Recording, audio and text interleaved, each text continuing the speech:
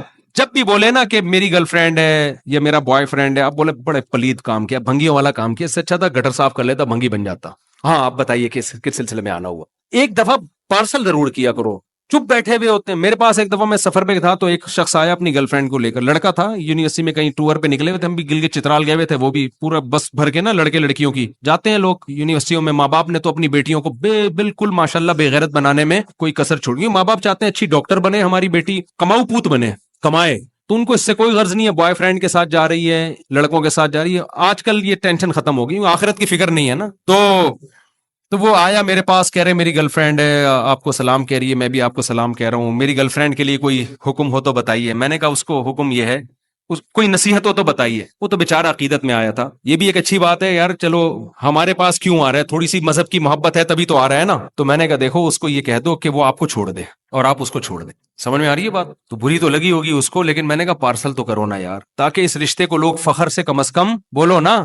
اگر میں کہتا اچھا گرل فرینڈ ہے اس کو سلام کہیے گا میرا, اپنی گرل فرینڈ, اس کی نظر میں یہ ہوتا ہے کہ یہ کوئی بری بات نہیں ہے. تو میں نے کہا یار آپ کی گرل فرینڈ نے جو کہا ہے کہ مفتی صاحب کو سلام پہنچا دیں اور کوئی نصیحت ہو, میں نے کہا پہلی نصیحت تو یہی ہے کہ وہ آپ کو چھوڑ دیں. اس سے آگے میں نہیں بڑھا کہ بھنگی چمار, یہ اس لیے نہیں بڑھا کہ یہ موقع نہیں تھا, کیونکہ وہ عقیدت محبت میں جب ایک آ رہا ہو نا تو پھر بھنگی چمار نہیں کہا جاتا اس کو, ٹھیک ہے نا. آپ کے تو عقیدت محبت میں نہیں, وہ ویسے ہی آ رہا ہے سلام دعا کے لیے, لیکن یہ بھنگیوں چماروں والا رشتہ ہے, یہ عزت داروں والا رشتہ بولو نہیں. پھر مجھے بعد میں فوراً ایک دم بعض دفعہ ایمرجنسی میں کوئی بات ہوتی ہے نا, تو بعد میں مجھے خیال آیا کہ مجھے ایک جملہ ایڈ کر لینا چاہیے تھا کہ اگر اسی کے ساتھ رہنا ہے تو نکاح کر لو, اور آ جاؤ میں نکاح پڑھا دیتا ہوں. یہی ہمارے ساتھ اور بھی 2-3 علماء تھے, تو مجھے یہ خیال ہونا بعد میں خیال ہے کہ یار میں نے بڑا چانس مس کر دیا. میں ان سے کہتا, اس کی گرل فرینڈ سے بھی, اس کو بھی کہتا کہ اس پلید رشتے کو ایک جائز رشتے میں فوراً تبدیل کر لو, کوئی ٹینشن کی بات نہیں. ابھی دونوں آ جاؤ, گواہ بیٹھے ہوئے, ابھی نکاح پڑھا کے اس رشتے کو کیا کر دیتا ہوں, ایک جائز میاں بیوی بن جاؤ گے.